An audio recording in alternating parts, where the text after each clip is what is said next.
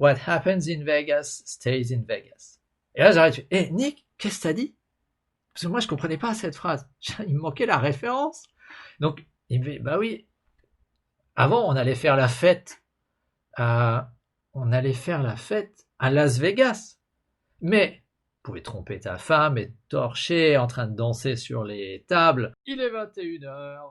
Bienvenue dans Zéro Marketing, l'émission qui parle de bouche à oreille pour réconcilier les Français avec l'économie telle qu'elle fonctionne et non pas telle qu'ils aimeraient qu'elle soit, avec des découpages en carton qui vont arriver sur ce tableau blanc. On est en direct actuellement sur Facebook, YouTube, LinkedIn désormais et Twitch. Alors là, on a les gens sérieux et Twitch, je sais pas ce qu'il y a, mais vous êtes les bienvenus. Merci si vous êtes là. Alors quand vous arrivez sur l'émission Zéro Marketing, merci de mettre un commentaire. Comme ça, je vois si ça fonctionne parce que moi, j'ai aucun retour. Allez, un peu de musique. C'est toujours sympa. Pour mettre de l'ambiance, imaginez que c'est quand même compliqué de s'enthousiasmer face à un œilleton de caméra. Mais ce soir, pour ce 82e épisode de l'émission Zéro Marketing, nous allons parler social selling. Alors, au moment où vous arrivez, merci de me mettre dans les commentaires. Qu'est-ce que ça veut dire pour vous le social selling? Qu'est-ce que c'est? Parce que le social selling, moi je savais pas ce que c'était. Franchement. Et puis, on a tendance à créer tout un tas de mots comme ça pour des choses qui sont des fois nouvelles, des fois qui sont juste des réchauffés de choses qui existaient déjà par le passé.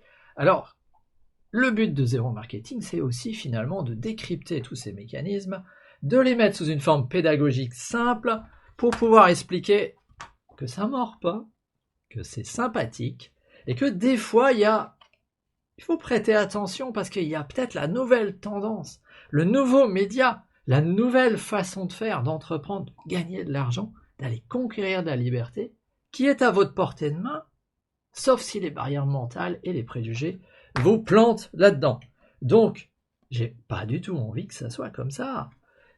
Alors, je crée des épisodes pour expliquer ce genre de choses. C'est pas beau ça?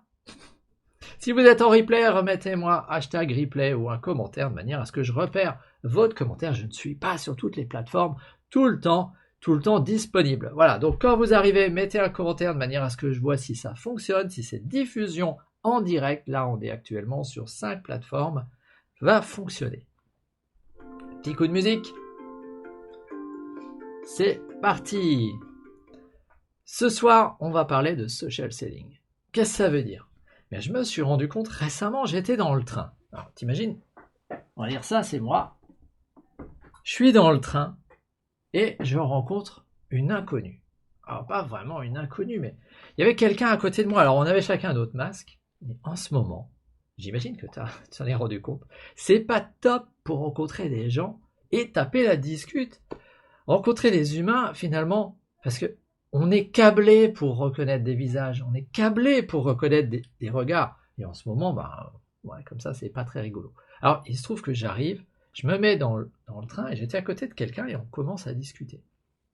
On commence à discuter de choses et d'autres, donc c'est un peu comme Dale Carnegie, comment se faire des amis. On commence à discuter et puis, je sais plus quelle était mon accroche.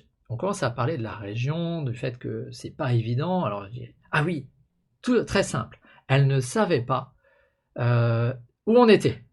Elle me dit, on est où là dans le train? Je dis, on vient de passer d'Orlisheim.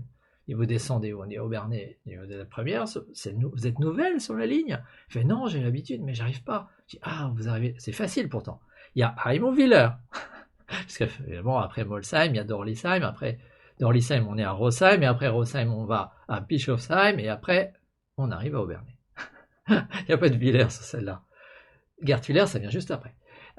Donc, c'était évident qu'elle n'était pas de la région. Donc, je pouvais commencer à discuter avec elle. Et vous voyez que c'est quelque chose qu'on va bâtir comme ça avec un inconnu. Finalement, un inconnu, tu vas bâtir ta relation en discutant sur des choses que tu as en commun. Et là, tu es dans le train, tu peux pas t'échapper, donc tu bâtis sur des choses qu'on a. Le fait qu'elle soit arrivée dans cette région, que ça soit pas forcément simple de s'intégrer en Alsace, je sais ce que c'est. Bon, j'y suis presque né, mais surtout ma mère n'y est pas née. Elle était d'une culture totalement différente et elle aussi a dû vivre la même chose. Donc moi, j'ai été obligé à un moment donné de donner un peu d'infos pour que la discussion continue. Tu peux pas juste prendre et après envoyer ton offre. Ça marche pas comme ça dans les relations humaines. Tu es obligé de bâtir la relation.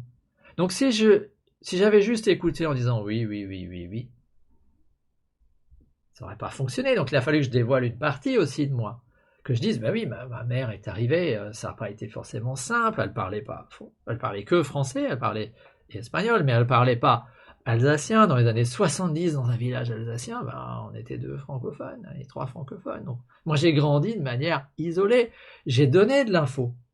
J'ai donné tellement d'infos qu'elle m'a dit, ah ouais, mais on s'est pas déjà rencontrés. Faut dire que ça fait des mois que je vois plus les gens comme ça dans le train. Donc ça veut dire que quelque part, j'étais un peu moins un fou furieux masqué qui discute avec elle. J'étais déjà quelqu'un avec qui elle avait déjà discuté. Et puis, justement, une des accroches, c'était, elle me disait, mais tu sais, dans la région, les gens, justement, ils posent plein de questions et après, ils ne disent rien. Donc elle était en plus en train de me dire, bah, c'est pas facile d'établir le contact dans cette région parce que bah, vous êtes nul ou quoi en relation humaine quand vous discutez comme ça? Pourquoi tu poses que des questions et tu entretiens pas la discussion? Là, je me suis dit, tiens, je tiens mon sujet pour Zéro Marketing jeudi prochain. Parce que ça, c'est quelque chose d'évident. Mais maintenant, qu'est-ce qui se passe sur les réseaux sociaux? Qu'est-ce qui se passe en marketing de réseau aujourd'hui? On n'arrive pas à faire ça.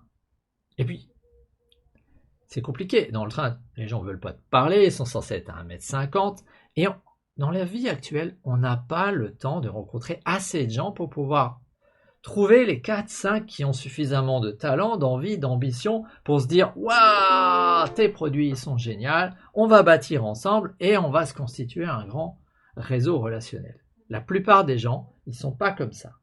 Ils voient pas ce qu'ils pourraient faire. Donc, on va sur les réseaux sociaux. Mais si sur les réseaux sociaux, on y va avec exactement la même attitude qu'un Alsacien moyen, c'est d'ailleurs dans le genre, je pose 3-4 questions et pouf, je jette un produit ou j'envoie quelque chose, eh bien, on se retrouve, comme dit Fraser Brooks, en Pamela Anderson, on est très loin du ninja networking. T'es pas vraiment en train de bâtir ta relation.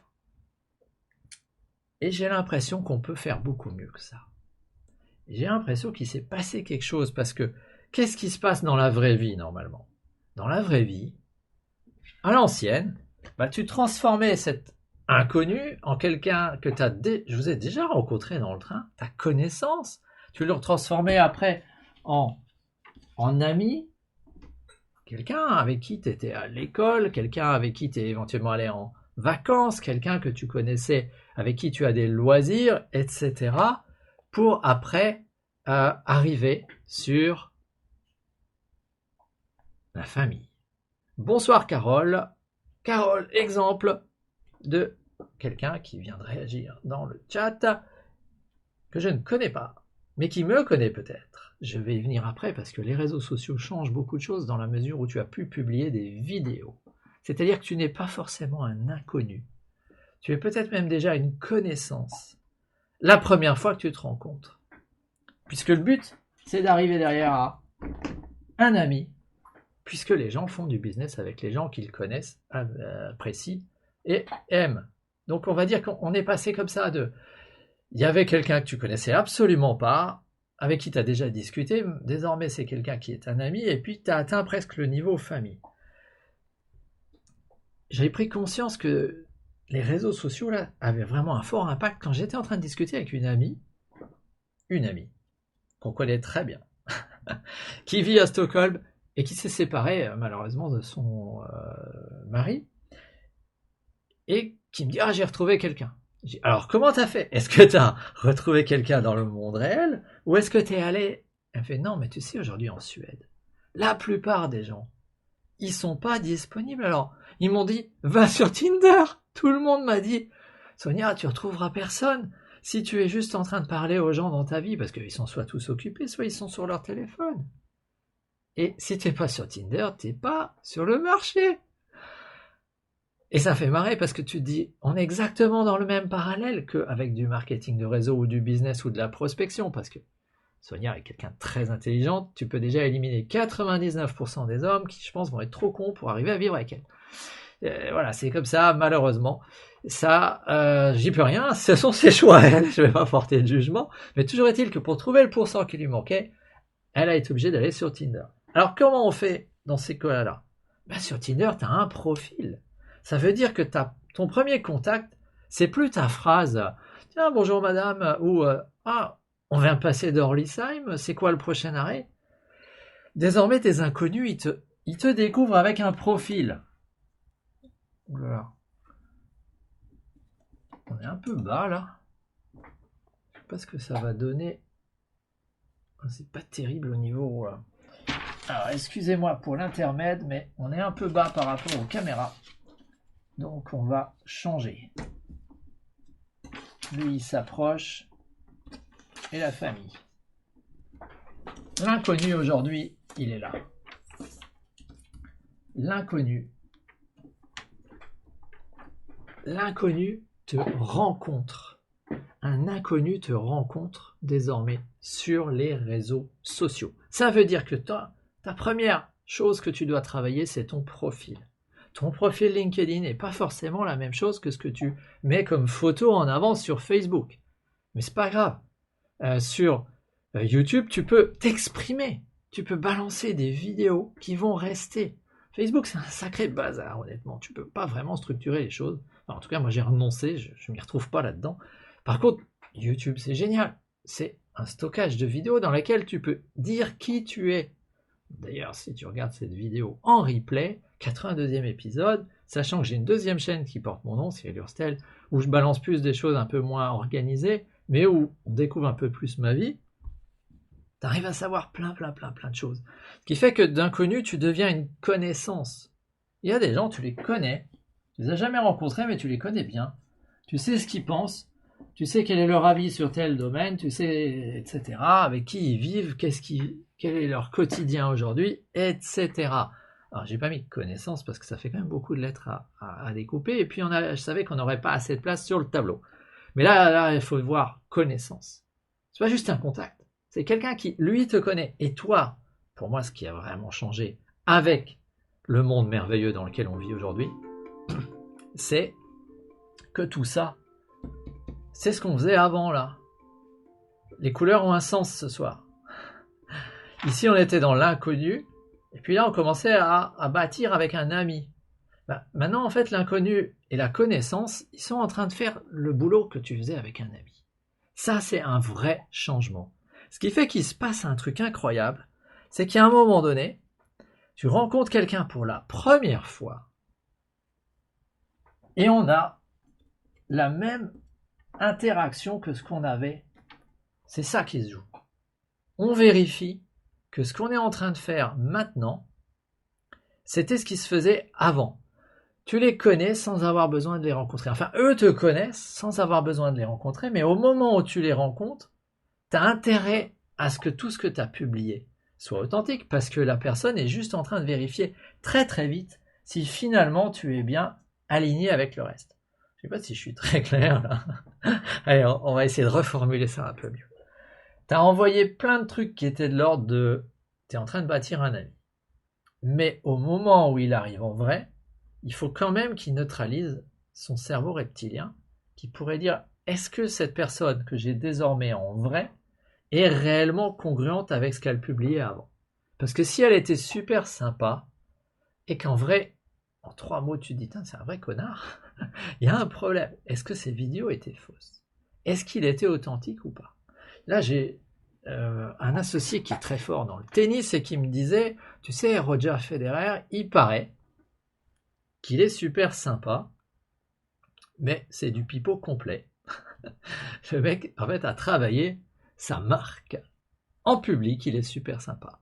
Très dangereux, parce que ce soir, regardez, là, je vous ai mis un livre que j'avais eu vachement de mal à comprendre en termes de couverture. La couverture dit « What happens in Vegas stays in YouTube ». Et ouais, et alors?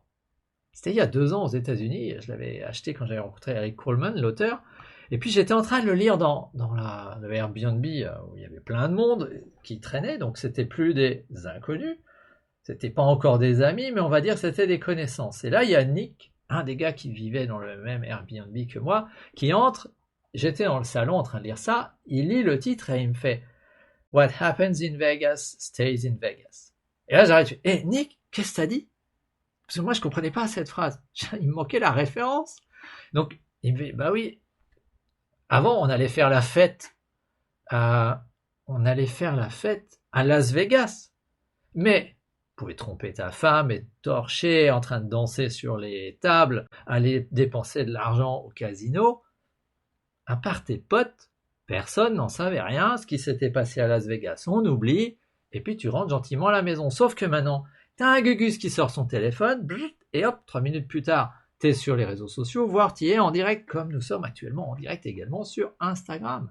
Ça fait longtemps que je n'avais pas la lancé sur Insta, mais je ne regarde jamais s'il y a des réactions là-bas.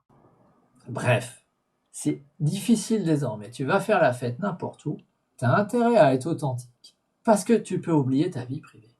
Et si toi-même tu te dis, bah moi j'ai pas de réseaux sociaux, je ne veux pas être sur les réseaux sociaux, bah, c'est illusoire de croire que les 200 personnes qui traînent autour de toi, il n'y en a pas au moins un qui va prendre une photo et la poster en disant « Ah, j'étais avec Cyril Hurstel et il s'est passé ça. » C'est quasi impossible désormais de te cacher.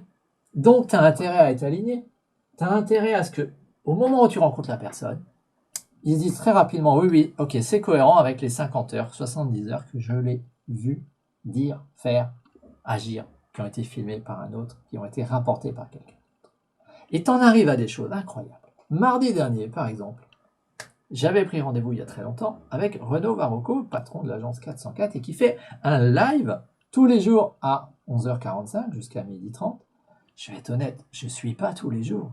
Je regarde un peu des fois, j'écoute par moment, je regarde les carousels. Certains trucs m'intéressent, d'autres pas. Il m'en voudra pas, mais ça m'intéresse quand même. Mais je l'ai vu s'exprimer, voilà, donner des choses, etc. depuis longtemps.